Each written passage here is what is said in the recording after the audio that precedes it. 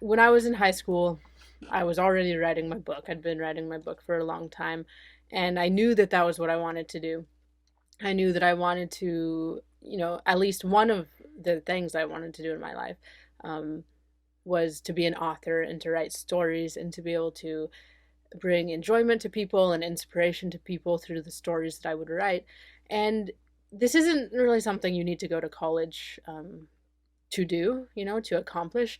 It's not like you take a college course on like this is how to write and Yeah. publish a book, and by the end of it, your book is published. Actually, Brandon Sanderson says that if you want to be a fantasy author, the last thing you should do is go get an English major. Oh, really? And yeah, Oh, I and didn't know that. um, that's Huh. kind of my mindset as well. I mean, you can get benefits from everything in life. You could go to university and learn a lot of things uh, that would inspire you and maybe help you find things that you're interested in and maybe specific genres. Um, Help, sculpt your mind, I'm sure. Um, but that's just one option. And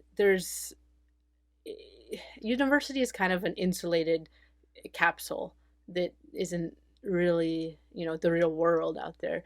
And I think a lot of people when they're in high school and before um, get this idea that yeah, university is the only way. It's the Mm. only way to being successful. um, it's the only way to getting a good job. And of course, good job is defined by kind of what society says good job is defined by, income and what lifestyle it lets you maintain, and how prestigious it is in the eyes of everyone else, and how likely it is that you're going to be able to get a predictable job and not be, looking for work. And I think a lot of people when they're in high school get driven way too much by this fear kind of um like, what am I going to do?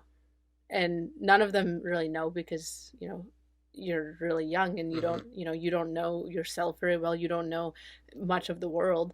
And if you graduate from high school and you're not going to university, suddenly the world's open to you, and that's kind of a frightening thing if you don't have any idea about what you're wanting to do. So I think a lot of people go to university because it's like the next safe stage, and their parents are telling them to do it, society's telling them to do it, everyone's telling them it's the only way.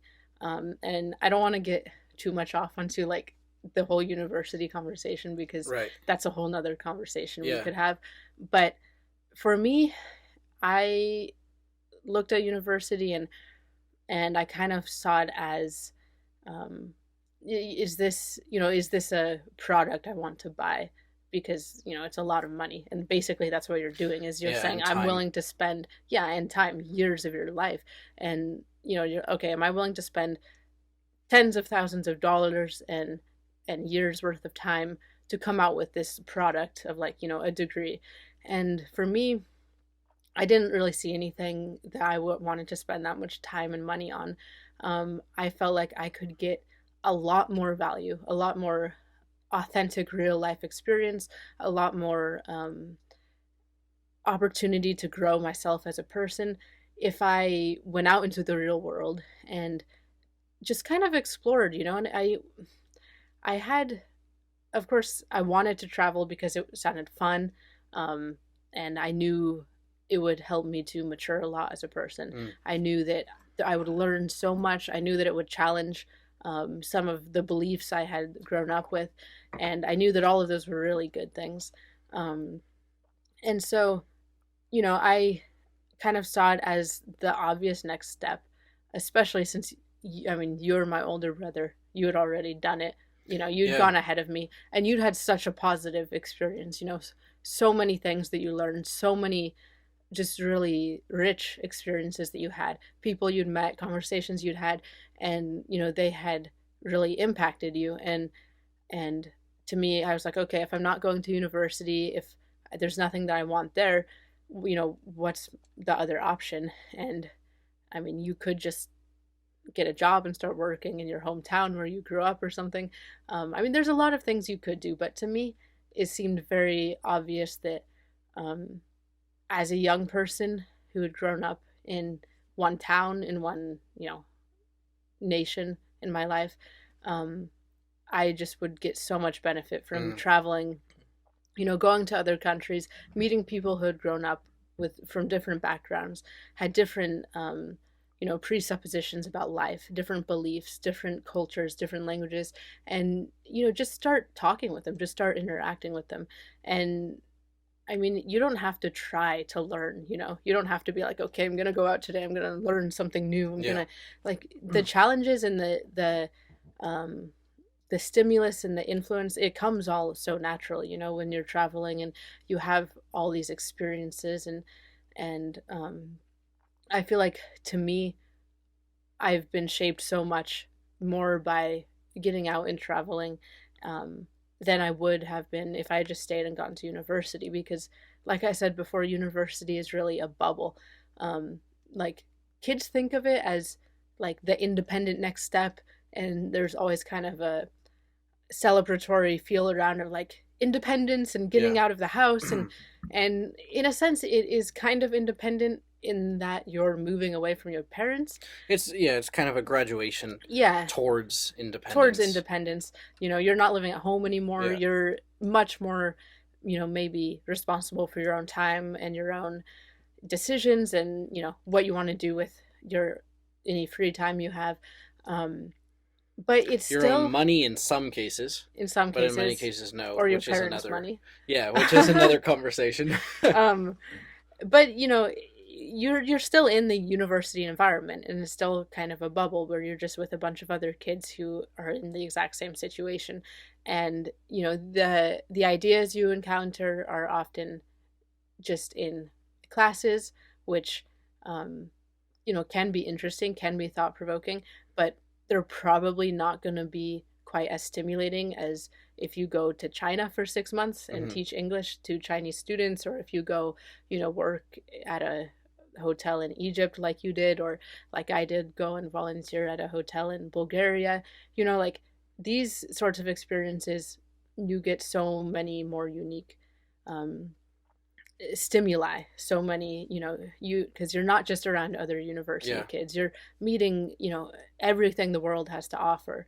And to me, I guess, to sum it up, I would say, yeah, I started to travel because I felt like it was going to be the most powerful way to help shape me as a person in a real authentic way of, tearing down any biases I have, um any presumptions about anything, and challenging me to, look at the world and to try to evaluate it on my own, with my own mind, separate from what I'd been taught Hmm. or what I'd grown up with. Hmm. Yeah, that's well answered. It certainly seems to be the case, doesn't it, that going out and about and living real life, as we say, and Hmm. exposing yourself to all these very varied, all these very isolated, unique, just sort of paradigm shift, different situations in which we, volunteer or whatever, travel, meet people. It certainly seems that these surround us and stimulate us and expose us to a lot more difference, a lot more challenge, a lot more um, opening of perspective than our impression of the university environment Hmm. today.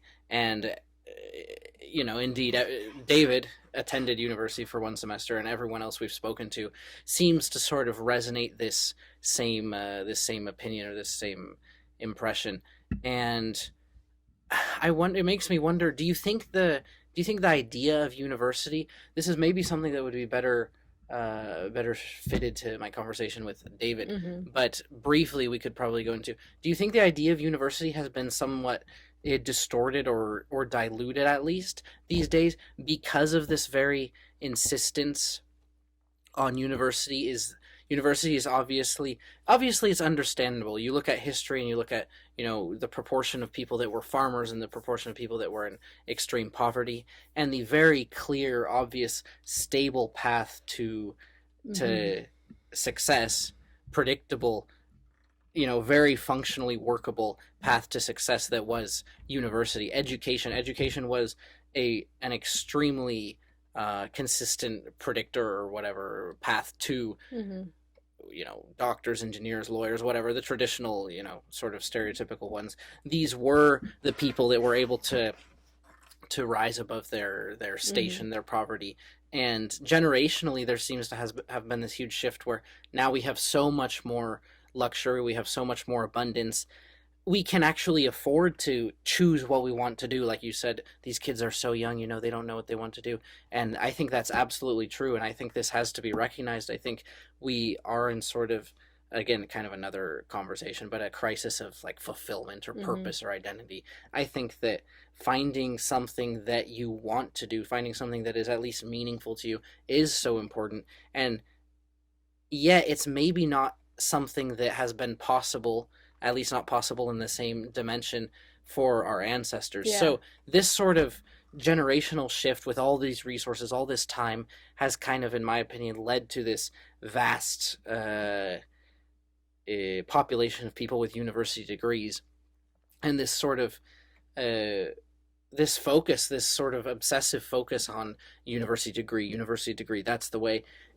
I think because of that has almost become outdated, where now you have so many people, 80%, I think it was when we checked a few years ago, 80% of people that graduate within 10 years, they're doing something completely Mm-hmm. unrelated to their degree. Mm-hmm. Now, you can go into tons and tons of statistics or variables regarding causation, correlation. Are the people more likely to be industrious and be creative and diligent and hardworking? That are they more likely to go to university, and that's why they succeed, because they are that sort of person? Mm-hmm. Or does university make them that way? Does university give Yeah. them the skills that then they go on, and despite using those skills in something separate, they are indeed using skills that university gave them? You could go into a lot of debates regarding this.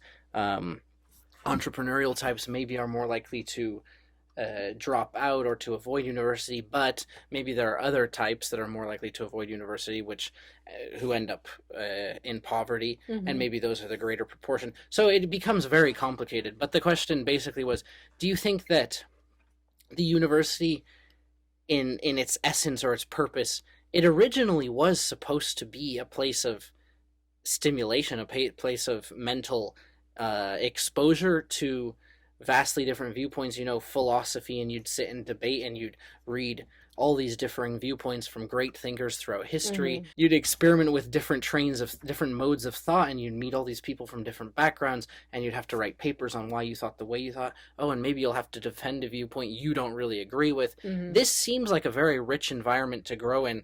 Um, do you think that that's been diluted somewhat, or has just sort of vanished with this mass sort of entrance into university, where now it's no longer the people? Boom! I hope you like this excerpt from the Jesse Tate podcast. Click through to see the rest of this episode, or go to the channel to see more content like this. Thanks.